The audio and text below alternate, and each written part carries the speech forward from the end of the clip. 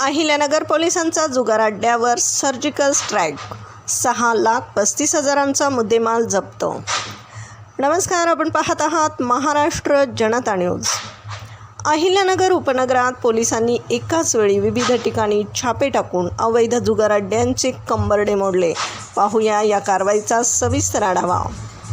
अहिल्यानगरचे police अधीक्षक आणि वरिष्ठ अधिकाऱ्यांच्या आदेशानुसार कॅम्प पोलीस स्टेशनच्या पथकाने शहरात मोठी कारवाई केली आहे. आंबेडकर चौक, दूध डेअरी चौक, शेंडी बायपास आणि नवनगर या परिसरातील 4 वेगवेगळ्या जुगार अड्ड्यांवर पोलिसांनी एकाच वेळी छापे टाकलेत. या धडक मोहिमेमध्ये एकूण 6,35,850 रुपयांचा मुद्देमाल जप्त करण्यात आला आहे. यामध्ये रोकड रक्कम, आयफोनसह अनेक महागडे mobile phone, laptop, TV screens, computer system आणि फोन पे मशीन यासारख्या साहित्यांचा समावेश आहे. कारवाई दरम्यान पोलिसांनी अनेक जुगार खेळणाऱ्यांना रंगेहात पकडले. त्यांच्यावर MIDC, तोफखाना आणि कॅम्प पोलीस स्टेशनमध्ये महाराष्ट्र जुगार अधिनियमांतर्गत गुन्हे दाखल करण्यात आलेत.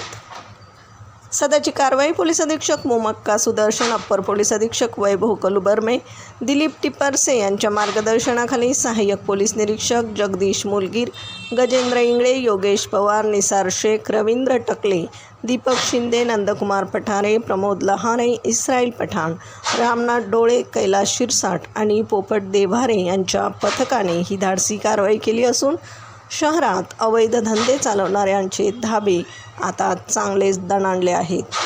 ताज्या बातम्यांसाठी पाहत रहा महाराष्ट्र जनता न्यूज, अहिल्यानगर.